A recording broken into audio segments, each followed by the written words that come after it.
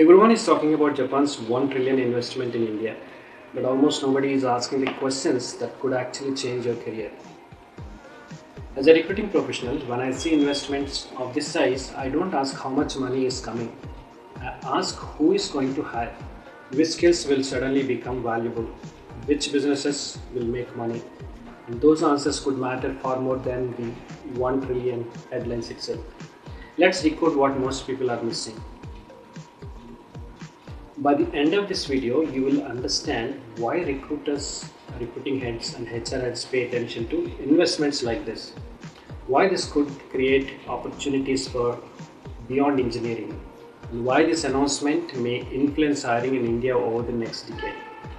Most importantly, I will leave you with the questions that almost no news channel is asking. India and Japan have signed more than 100 agreements across sectors including AI, semiconductors, green energy, automobiles, telecommunications, manufacturing, finance, digital infrastructure.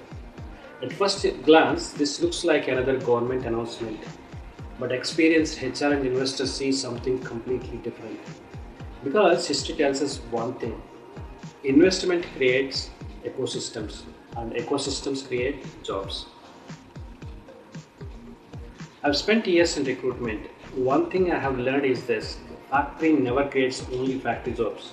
It creates demand for many professionals: supply chain experts, finance teams, training companies, software providers, security services, logistics, digital transformation consultants. Even small businesses grow around large industrial investments. That's why I'm paying attention not to the headline but to what happens next. But here is something most people haven't questioned yet. Is this really 1 trillion rupees of fresh investment, or is it a combination of previously announced projects, MOUs, and long-term partnerships? The answer is more nuanced than most headlines suggest. We will examine the facts in a separate analysis. After studying this announcement, I ended up with far more questions than answers. For example, why did Japan choose India now? Which Indian states are likely to benefit first? Which companies could be hiring? Which skills should students start learning today? Which colleges may see stronger industry collaboration? Could this create opportunities for recruitment consultancies?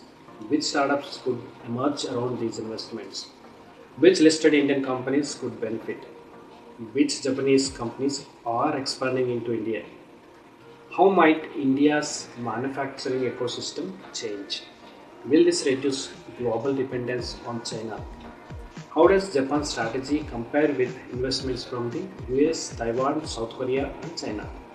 These are the questions that actually matter if you are planning your career or business. If you enjoy practical insights on hiring trends, AI, careers, recruitment, and the future of work, not just headlines, consider subscribing. My goal isn't to report the news, it's to help you understand what the news means for your career. This video is the beginning of a much bigger analysis. Over the next few videos, I will break down why Japan chose India, which states are likely to benefit, which companies may hire, the skills recruiters will look for, startup and business opportunities, and what recruiters, professionals, students, and entrepreneurs should do next. Which topic should I cover first? Comment just one word: why, jobs, skills, states, startups, stocks.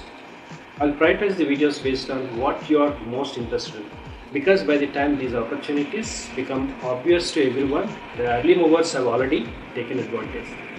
See you in the next video. Thank you. Bye.